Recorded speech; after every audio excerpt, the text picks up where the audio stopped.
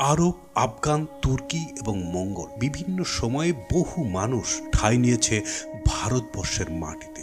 মোগল সাম্রাজ্যের পতনের যুগে এমন এক ভাগ্যান্বেষী তুর্কি সৈনিক আগমন করেন বেগ খান নামে।